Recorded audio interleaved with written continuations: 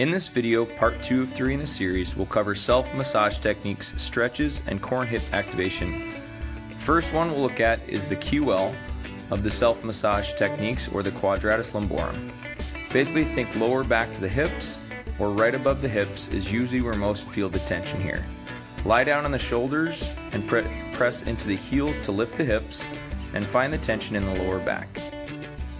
Next, looking at the upper glute and possibly lower back as well, with a slightly larger ball to provide more of a broad tension. Locate where you feel the most tension again, and sit on that tension and stay within that spot.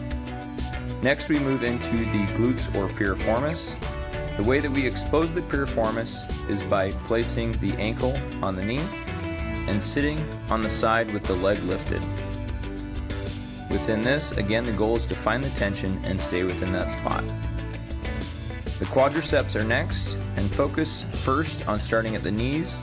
If the tension is too much, start with both legs on the roller, working your way up towards the hips, starting at the knees and working your way up to find the tension. Once the tension is found, if the tension is not enough to create more tension, place the ankle behind the knee on the straight leg, and then locate the tension, and then do this on both sides.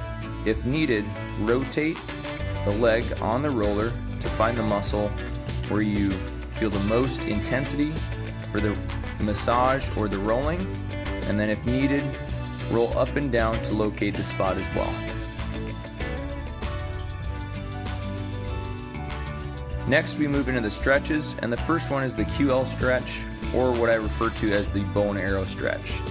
This stretch is for the lower back and ensuring that you don't twist the hips through this movement, but keep them in line with the movement as you move. The next is the half kneeling pretzel, which can be done away from the wall, but I find most of my clients or members tend to do best with placing themselves with the toe up against the wall and then driving the hip and the foot away from the wall as they grab the ankle. Within this one, we want to focus that we are stacking the shoulder on top of the other shoulder, and that we're not trying to touch our shoulder to our knee for the top shoulder. The second thing that we want to focus on is driving the hips away from the wall and pulling the ankle away from the wall to ensure as much of a stretch into the hip flexors as possible. This is done by, again, driving the hips and the ankle away from the wall and not leaving everything against the wall. The next is the pigeon pose.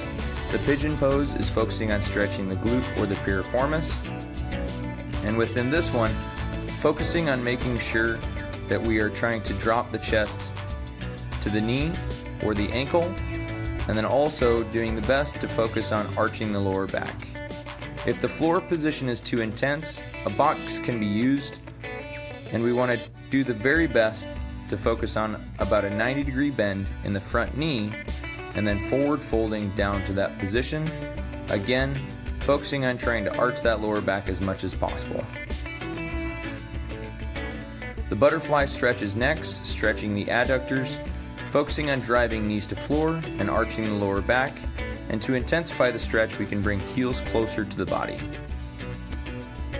Focus also on trying to arch the back, and if that's too difficult, place yourself against a wall to help yourself to ensure a good posture. Next is the praying deep squat hold. Within this one, focusing on staying tall, making sure that we press knees apart and that you're not leaning forward or rounding the back with the shoulders rounding forward. Keep the weight in the heels and ensure a good proper position. Lastly are the core activation exercises. First, looking at the cat-cow, working on as much of a round in the lower back and with the pelvis, and then a arch in the lower back or the pelvis. As moving through this movement, ensure that the elbows stay locked and the shoulders stay away from the ears.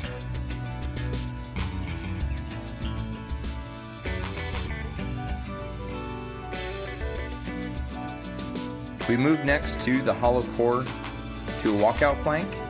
Within this movement, again, ensure elbows are locked, shoulders down, and a good shoulder position.